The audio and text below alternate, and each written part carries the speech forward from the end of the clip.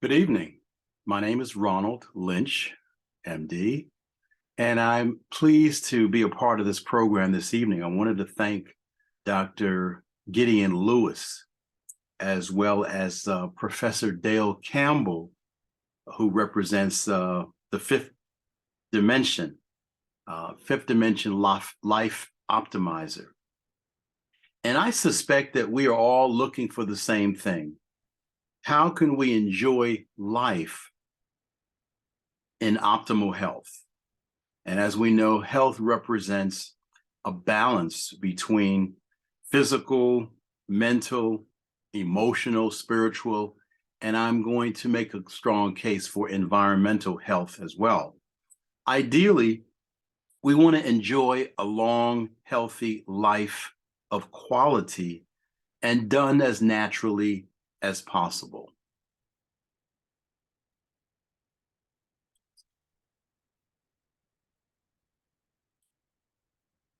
Are we killing Mother Nature? Is a question. But before I actually begin, let me introduce by saying that never before in the history of man has the human organism had to deal with such an overwhelming degree of stress. Some of that is mental stress, illness, abuse, and neglect, the depletion and the degradation of much of our vital resources, the exposure to new viruses, COVID-19, need I say more? Bacteria, parasites, the pollution of our food, our air, our water, chemicals that can actually disrupt our natural hormones, the excessive electromagnetic radiation, which includes wireless technologies like 5G, are all giving rise to a vast array of new health challenges and degenerative ailments. And that is going to require an entire different way of looking at our health and challenging us to find some new ways to assess and to find solutions. Now, the goals of this conversation that we want to have this afternoon will include understanding body burden and understanding that we have received this body burden from an anthropogenic source, which simply means man-made. We also want to make clear to you that the endocrine disrupting chemicals are actually damaging our health, and this is being measured in terms of our sicknesses and death, which we might also call morbidity and mortality. And a question, could these endocrine disrupting chemicals contribute to alterations of our reproductive system, including demasculinization and feminization of males? It's a question. And then I want to introduce the One Health concept to you, which you'll understand as we go forward. But here we have Mother Nature, who has become so ill herself that she's no longer able to provide healthy nourishment to her womb and the baby that's in the womb. Let's find out why. Well, it was back in 2004 that the Environmental Working Group, in conjunction with an organization known as Commonweal, began to do some research on babies just as they popped out of the womb. And we have long thought that the placenta was a protection for unborn baby, only to find out that that is not really so. And so they measured $10,000 per baby. They measured the blood from the umbilical cord and discovered that there was no less than 287 chemicals on average of every newborn baby before they left the mother's womb. And they started with 10 children. And what they found was harbored pesticides. They found consumer product ingredients. They found waste from burning coal, gasoline, and garbage. to begin with. And you would have to say to yourself, well, my goodness, where did all of this stuff come from? And it wouldn't take you long to figure out that it came from mom. And so we find out that mommy is actually quite toxic. And not that I'm saying that, but that the CDC, it says the majority of pregnant women have toxic chemicals in their blood. And it made me wonder to myself that maybe the womb is not such a hospitable place to be.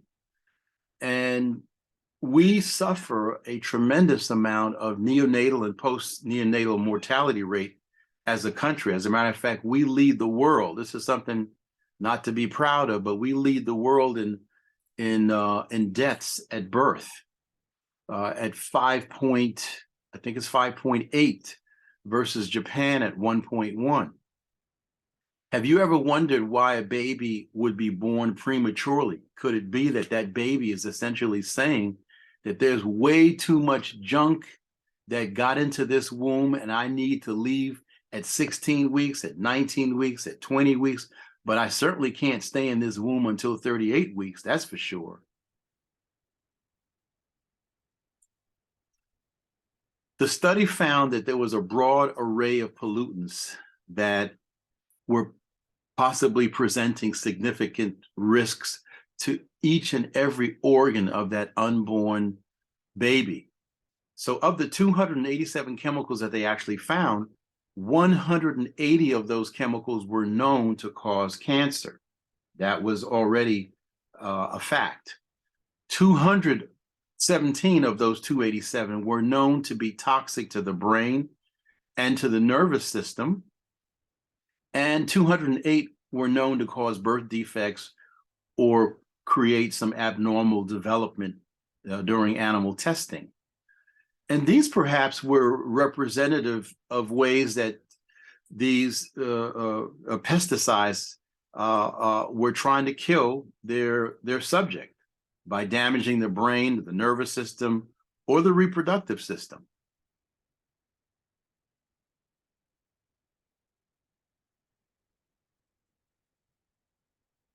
I don't have time to cover all of what was found within the range of the body burden because it was 287 chemicals.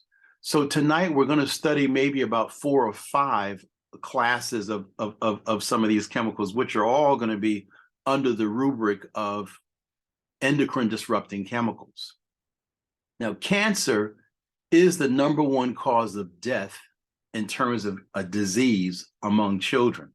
Unfortunately, we recently heard that homicide and mass shootings is actually now the leading cause of death of children in general. But in terms of a disease, cancer, and there's something counterintuitive about that.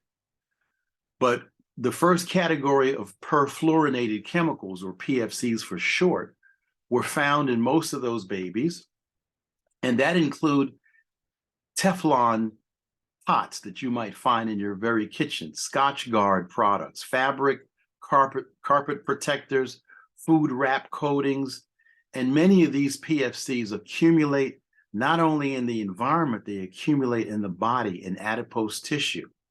They have been linked to cancer, birth defects, and more. Another category is the organochlorine pesticides, which include DDT and chlordane. The DDT has actually been banned some time back. But it still persists in the environment, and once again, it accumulates in our fatty tissue and also in the environment. And of course, it has been linked to cancer and reproductive system problems.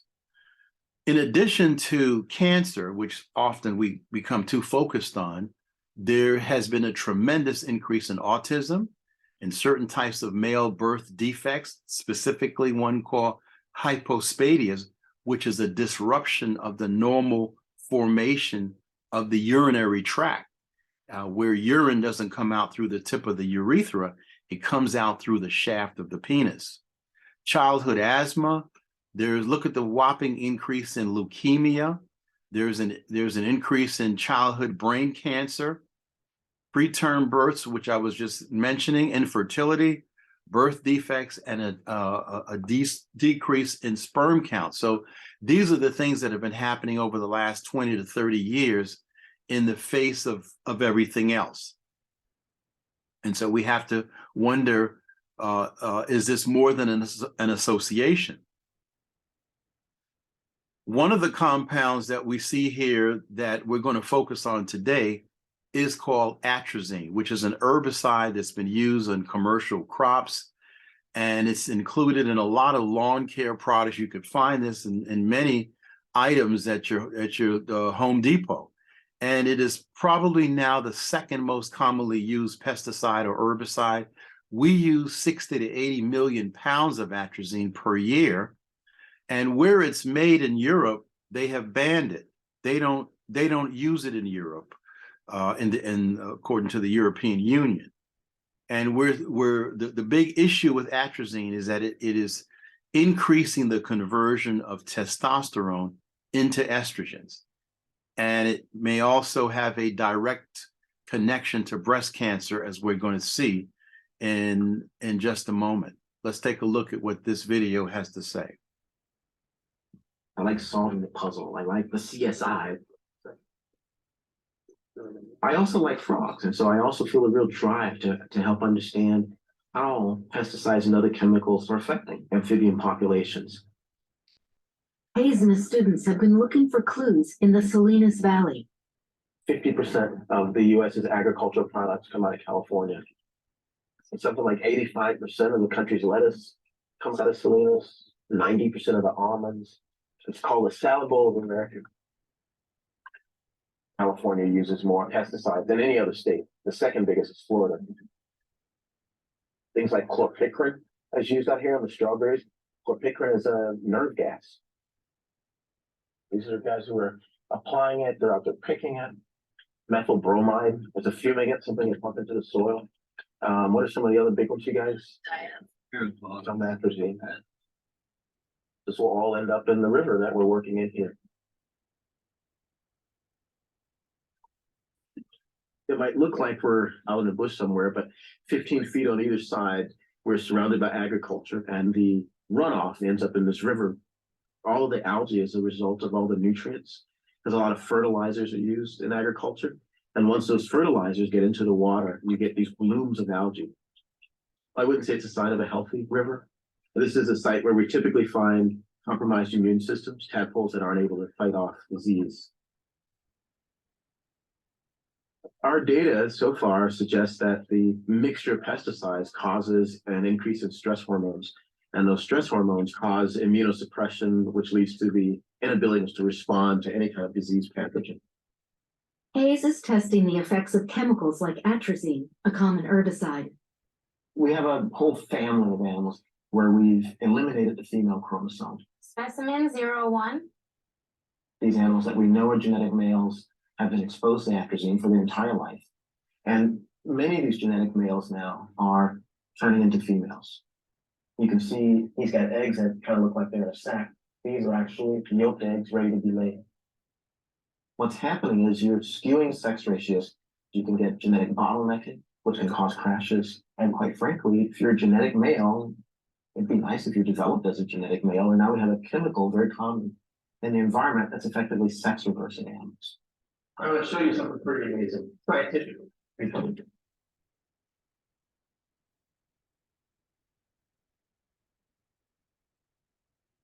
The one that's sort of remarkable is this pair. These are both males. The one on the bottom, acting as the female, we affectionately refer to as Darnell. He's a genetic male that not only acts like a female, he lays eggs like a female. She has been exposed to atrazine all of her life. I don't even really know how to reference it. This is Darnell's third clutch. So Darnell has sons and daughters that we've grown up. You can see eggs in the bottom. This is actually her second clutch for today. She has been copulating for getting close to 24 hours now. This is probably one of the most remarkable things I've seen in my work. But I personally have mixed emotions. I'm very excited about the science and trying to understand the mechanism. But on the other hand, I am worried. This is the most common contaminant in ground and surface water and drinking water. And the level of atrazine that it took to make this male turn into a female is 3 times less than what's allowed in our drinking water. So here we're hearing from Dr. Tyrone Hayes, who I had the privilege of being on stage with about some 12 years ago, has essentially just told us that atrazine is both demasculinizing his male frogs, but they're also being feminized, and this has some very significant implications to the rest of the animal kingdom. I believe he's working at the UCLA, UC Berkeley, and as a professor, he has graduate students and undergrad students that participate in research for him and with him.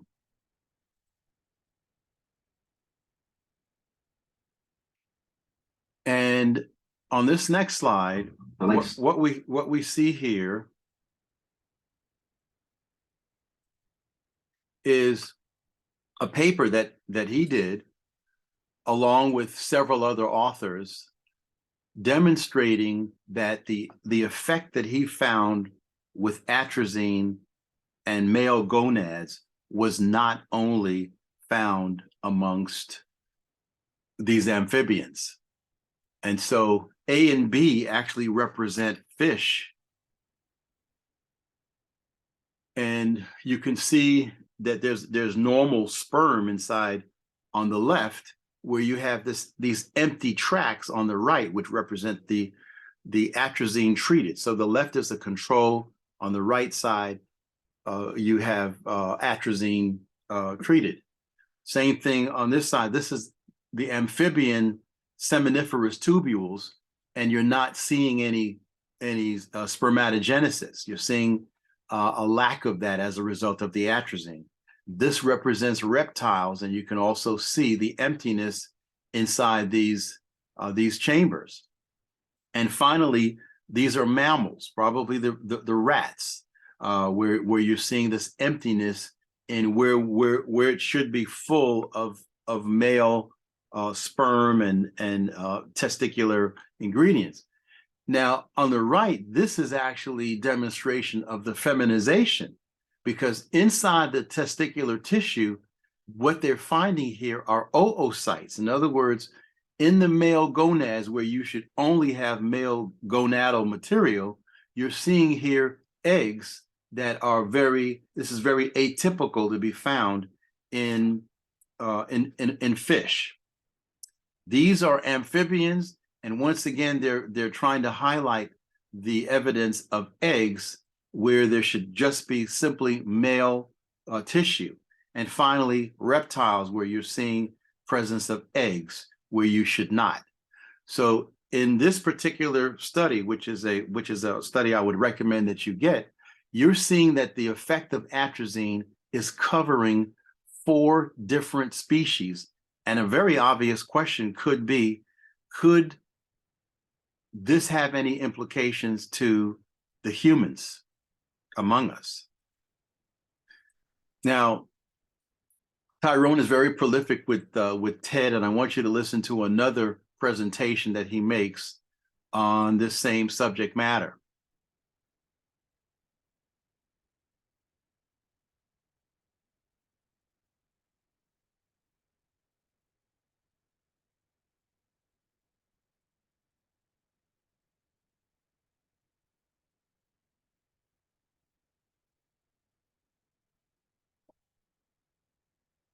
It was a surprise to me as well that I would be talking about pesticides, that I'd be talking about public health, because in fact, I never thought I would do anything useful.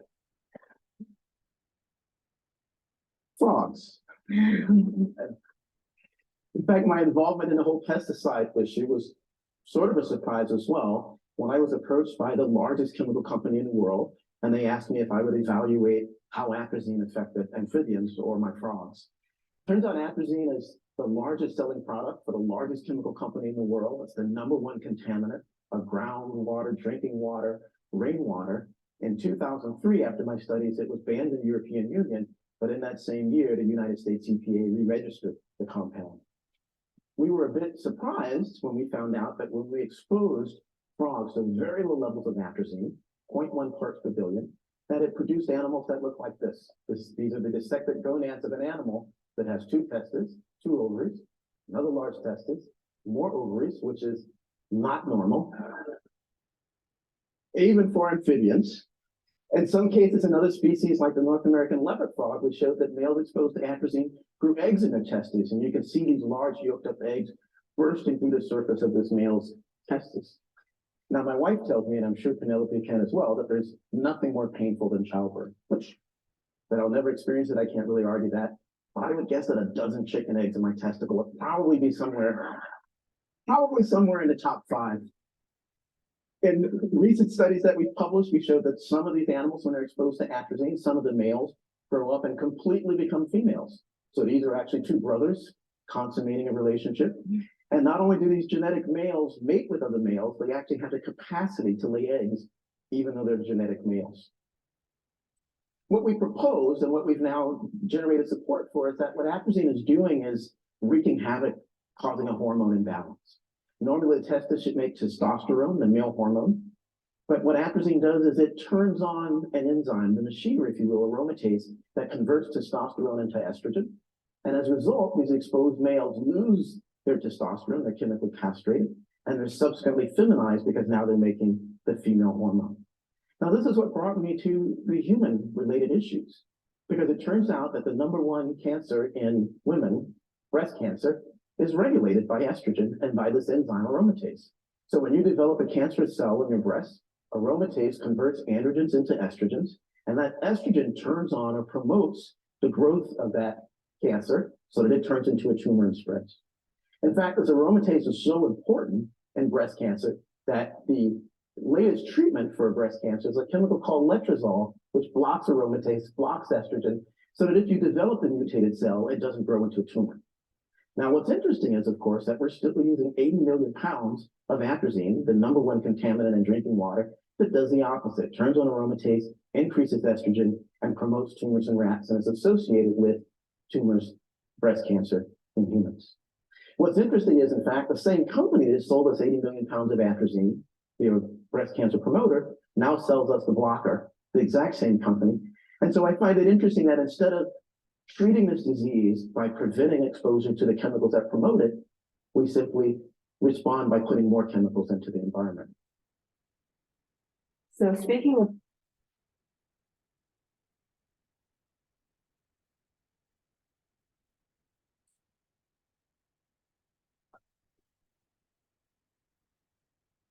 So that was a fairly clear description of what is going on here in terms of what Tyrone has found out, that essentially atrazine exposure is highly correlated with low sperm count, poor semen quality, and actually impaired fertility in human beings. And we use quite a bit of this, and it's getting into our water system, water supply.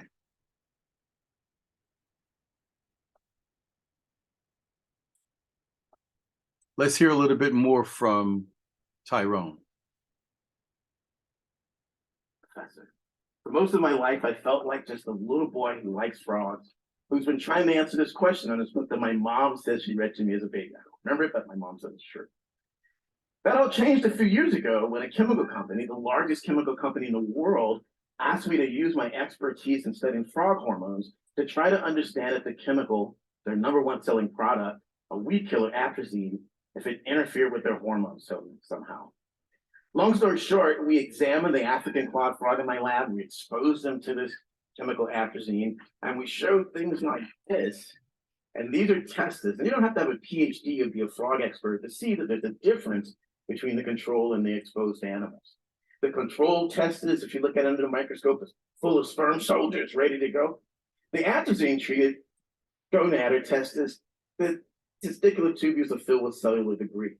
What's more is if you look at the young developing larvae, you often find sometimes that these are the kidneys, if you're not used to looking at frog gonads, that this is an individual though that has testes, then it has more ovaries, then it has another testes, then it has more ovaries.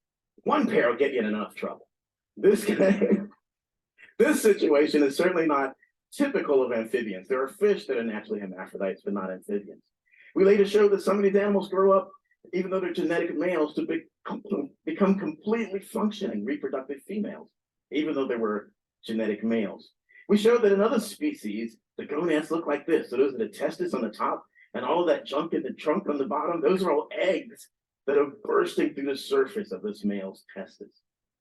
Now, I showed this to the Environmental Protection Agency because I thought they'd be interested.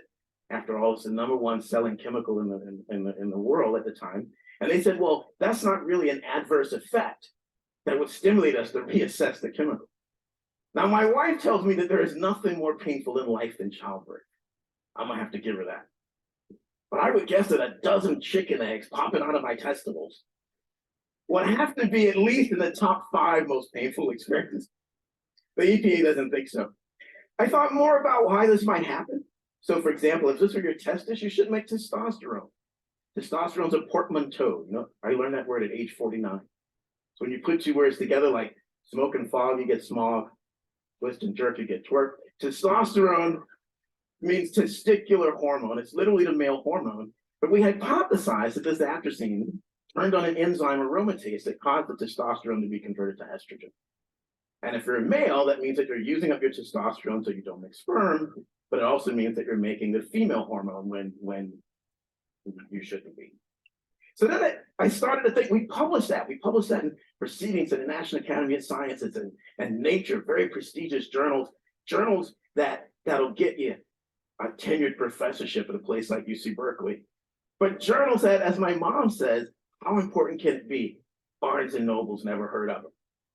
And I started to think, though, about how my work might imply things beyond frogs. So this is a pond in Lake Nabugabo in Uganda, where I started to think that this agricultural runoff might not only affect the frogs and the fish, but also the other animals that are drinking out of the water, including the humans that collect their drinking and cooking water from this same source. Because see, we all make estrogen in the exact same way and use it in the same way. The connection to contaminants in water might not be so obvious for us, that this is my village. But things like Erin Brockovich's story and things like Flint, Michigan remind us that we don't necessarily have the source that we think we have, the clean source for water.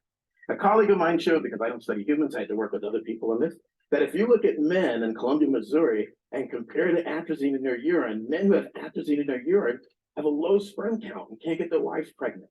And by the way, this is the same amount of atrazine, 0.1 parts per billion, that we're reusing to chemically castrate and feminize our frogs.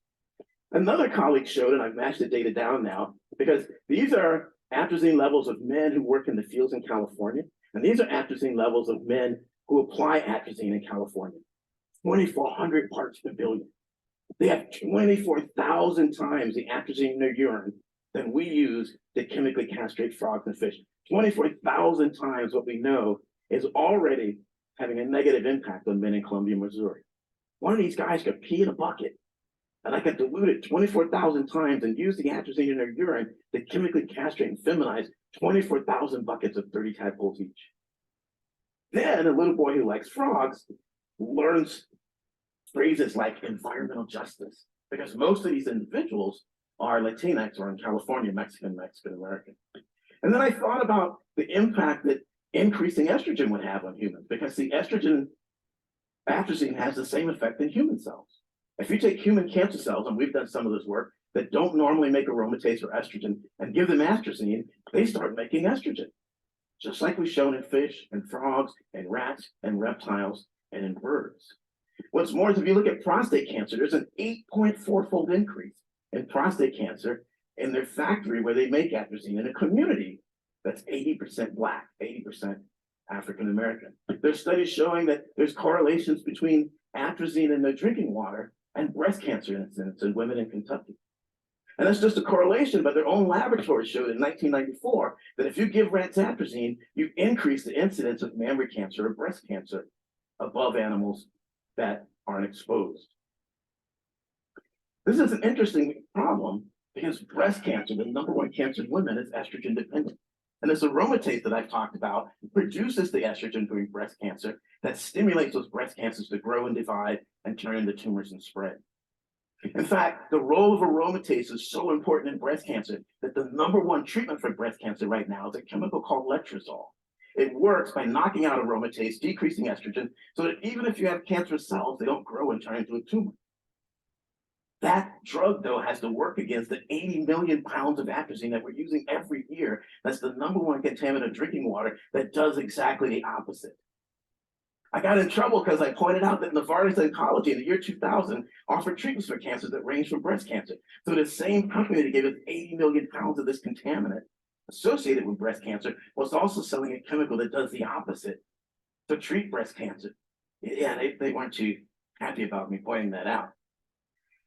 I became concerned. I'm just a little boy who likes frogs, but I became concerned because if you look at the top 13 cancers you're going to get in this country, Blacks, African Americans are more likely to get 11 out of the 13 and more likely to die from 13 out of 13. Biology? My colleagues who are experts in cancers tell me that the less than 30% of cancer can be explained by genetics. That means that when the doctor tells you that you're going to get breast cancer, more likely if your sister, your aunt, or somebody in your family has it, they're not telling you have bad genes necessarily. They're telling you that you've been exposed to the same crap as the rest of your family. Because if you're a minority, if you're an immigrant, if you're first generation, if you're low income, you're more likely to live in and more likely to work in areas where you're exposed to chemicals that we know are associated with adverse health outcomes. What's more is with the exception of HeLa cells, the cancer cells that we use to study cancer don't come from minorities. So even if we find the cure, it may not be applicable to people who would need it the most. So I think what's happened is my interest in this aquatic organism has taught me a great deal about this aquatic organism. Because we all start out as aquatic in the amniotic fluid. And these chemicals that I study in my tadpoles can cross the placenta. In fact, we now know that your children will be exposed to over 300 synthetic chemicals before they leave the womb. And most of them, we have no idea what the biological impact is. For atrazine, we do know from rats, which are a proxy for us, that if you give rats atrazine, an EPA lab showed those rats are more likely to have an abortion. Of those rats that don't have an abortion, the sons are born with prostate disease. Of those rats that don't abort, the daughters are born with impaired memory development, such that when they grow up, their offspring experience retarded growth and development. And it was these studies that moved me to most, that made me realize I can't just be a little boy who likes frogs. Because see that rat on the bottom? That rat on the bottom never saw atrazine. The rat on the bottom was affected by atrazine that its grandmother was exposed to. Rat on the bottom never saw atrazine. The rat on the bottom was affected by atrazine that its grandmother was exposed to.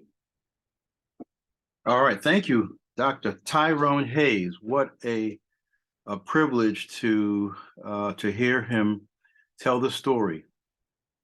And so that story continues. So as a clinician over the years, and there may be some physicians on the line right now, perhaps over the years you have had to deal with patients with infertility, just couldn't get pregnant, subfertility, they might go on to become pregnant, but irregular menstrual cycles are happening early, like menarche happening at earlier ages, menopause and premature ovarian insufficiency, polycystic ovarian syndrome, endometriosis, uterine fibroids, or even fibrocystic changes in the breast may all have connection and relationship to endocrine disrupting chemicals. So if you're a provider, you're not doing any blood tests or any urine tests to find out, is my patient toxic from these chemicals?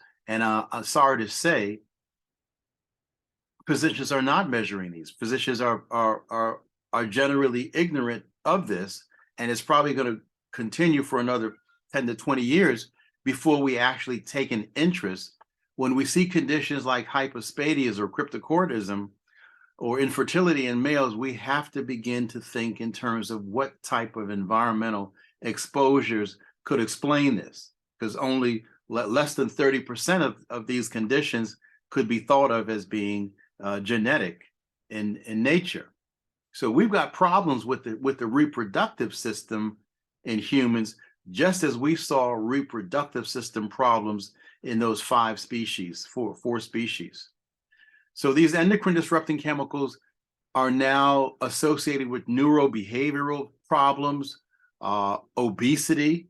I have a word I now call diabesity, diabetes, the metabolic syndrome, menopause, polycystic ovary, irregular menstruation, cancer of the breast, especially cancer of the prostate, and also men also develop breast cancer as well, disrupted spermatogenesis, certain autoimmune diseases, allergies, and asthma. You have got to begin thinking, could there be any EDCs involved from my lipstick, from the household cosmetics, even from pharmaceuticals, or the way that foods were packaged? Could there be any connection? We are in a mess, and the graph on the right demonstrates that from back in 1960, each individual was generating almost 2.6 pounds of trash on a daily basis. But as we've gotten closer to 218, that number is now close to 5 pounds of garbage per person in the United States of America. And as a society, we are running out of places to put our garbage. And what happens is that garbage ultimately stays in this environment. It gets back into the water system, or if it gets incinerated, it gets into the air, and so we breathe it. This happens to be a room full of plastic, and this is one of the most endocrine disrupting types of compounds that there is. And we have so much plastic that it's out in the ocean, could practically be a country unto itself. That's how much plastic we use. This is a tremendous hazard to our health, and we got to figure out a way of finding other alternatives to plastic. And that brings up the fact that we're really all part of one health concept, which means that human life and animal life and the wildlife or the outside environment can hardly be separated. As you look at this Venn diagram, you realize quickly that we're all part of one health. After all, we are all on one planet.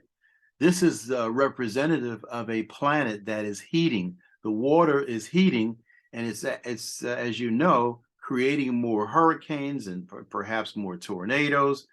The sea levels are not the same. Ice caps are melting, and it is jeopardizing not just humans, but the entire planet.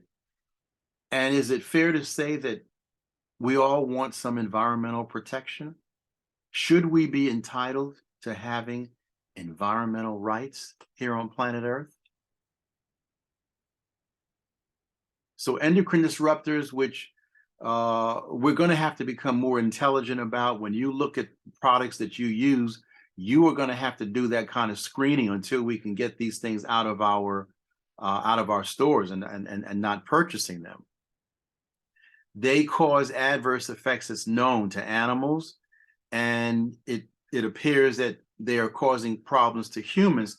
The problem is that we're surrounded by so many of these endocrine disrupting chemicals that very little research has been done to verify what is the impact when you have multiple endocrine disruptors at the same time. They represent plastic bottles and containers, liners of metal food cans, detergents, flame retardants, food, even toys that we give to our children, cosmetics, and of course, pesticides, damaging brain development, the reproductive system, immune system. And so this is a major, major problem because they bind to the hormone receptors, they block it, they stimulate it, and they wreak confusion and havoc.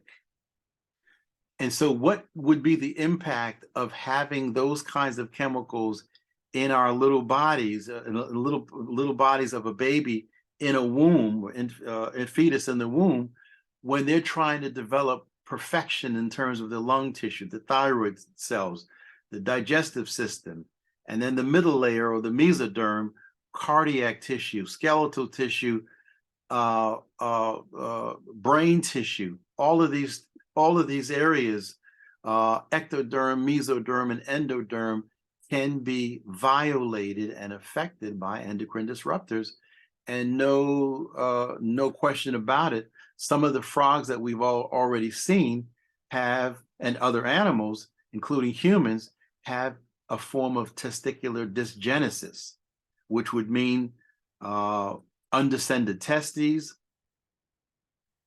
incomplete development of the urinary system, a decreased distance between the anogenital area, which is a metric, a marker for a significant change, a drop in sperm count, and also testicular cancer. And all of this happening because the testosterone level has been decreased as a result of these endocrine disrupting compounds. These compounds are not only damaging the reproductive system of our unborn children, but also damaging brain development.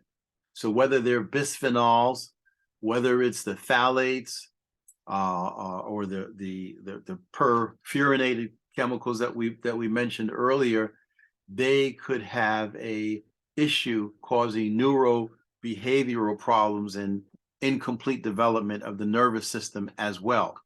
You can see it for yourself that a newly developing fetus, susceptible to any of a number of different things, can have altered impact. And this is a very serious problem for our future. When we think about breast cancer, not only do we have to think about these endocrine disruptors, which includes PAHs and dioxins, parabens, which is in a lot of cosmetics, bisphenol A, phthalate sunscreens, pesticides, certain food additives, but then you got to deal with radiation. Yes, ionizing radiation, for example, from cell phones, from cell towers, from smart meters, from smart houses. And the warnings are right inside your Apple phone. You just didn't know it. You've got industrial chemicals.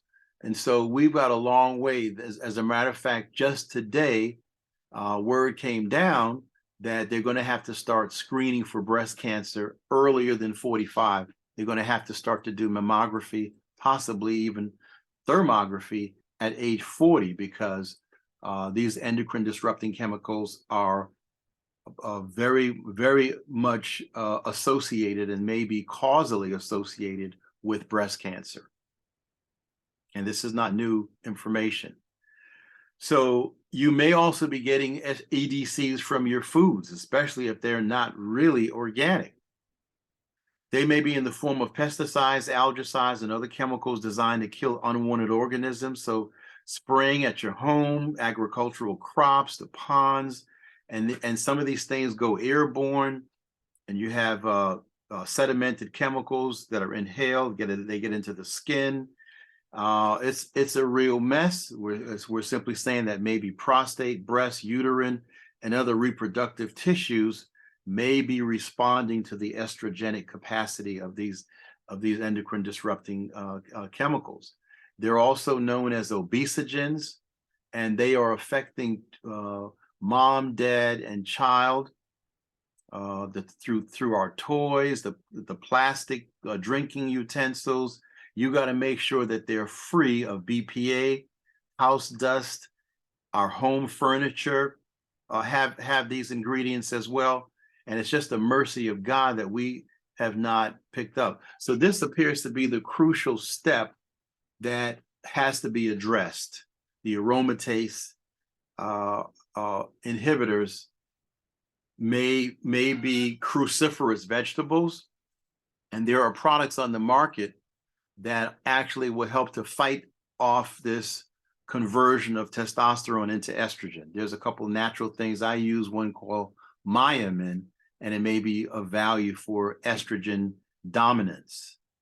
Now, a future talk we were going to cover the electromagnetic spectrum and talk about the damage of non-ionizing radiation. And we use a lot of these frequencies that you haven't heard, but they are not as safe as they're made out to be. as well as nanotechnology is also already being used. And these nanoscopic sized robots, you might say, are not fully vetted and tested for their safety as well. I'd like to go back to a couple of slides that we didn't look at before to mention something about the environment. And trying to find that slide that will tell us about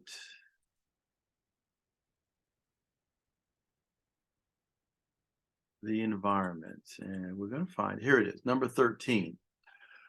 Because I'm going to give you an assignment. I want as many of you as possible to find out where is the source of your drinking water. How does that water get into your home? And you should be able to also get an assessment, an evaluation of what is being found in your water supply. I also want you to look into municipal solid waste. In your community, is there incineration of waste going on? Is there recycling? Are they composting? What happens to your medical waste, your hazardous waste, or your radioactive waste? CAFO represents concentrated animal feeding organizations, and this is hundreds or thousands of cattle or pigs or chickens that are also creating havoc in terms of waste. Aquaculture, I want you to look into these things, because whatever practices are not sustainable, we're going to have to change and correct. Now, I bring this slide to your view because many times we can't see how toxins and pollutants get into our water supply. How do they get into our environment and create havoc for us? Well, certainly air pollution and smog, you may not be able to see that. You can't see the acid rain or the contaminated rain. The pesticides and the fertilizers, whether they are introduced by flight or whether they settle on the soil, they, along with nitrates, find their way into the water supply, the groundwater, the surface water, and ultimately our drinking water. And some of these things, they cannot be taken out of the water by filtration. And so we wind up getting small amounts that we're told, well, they're safe because they're so small. Chemical spills, PCBs, benzenes, toxic waste from landfills, leaking gas tanks. You've got fluorides and chlorides, chlorines and fluorines. You've got the lead, copper pipes, septic tanks that may also leak. And so these things make their way into this one environment that we have to protect. And so the best news that I can offer as we bring this to a close is that there's way too much contamination. Industrial contamination is finding their way into our unborn children. And if we don't do something, we're going to have a very unhealthy future. We have got to get political. You didn't want to get political, but you're going to have to. You're going to have to find out more about things like PFAS and where they're located. You're going to have to know more about endocrine disrupting compounds because they are damaging the planet, they're damaging us, and will have some impact for the future. So we would like to get as much aromatase inhibiting foods in our diet that would represent the cruciferous vegetables. We need to have healthy fat foods in our diet, more avocados, seeds and nuts, olive oil, coconut oil. We've got to have organic meats, or at least grass-fed beef. And these ingredients in the allium family will help the liver to produce glutathione, one of the important antioxidants, which may facilitate the breakdown as much as is possible of some of these things out of our bodies. But make no mistake about it, look very carefully at your personal care products, your drinking water, the canned foods, the produce that is non-organic, some of your kitchen products, such as your cookware, a lot of your cleaning solutions have these endocrine disruptors. And so we're going to have to become very intelligent consumers. I want to thank you for the time and attention that you've given me this afternoon. And I look forward to speaking with you again about non-ionizing radiation, as well as how nanoparticles, which are already in the environment, already in your bodies, have not been tested for safety and could be wreaking havoc on human health. Thank you very much.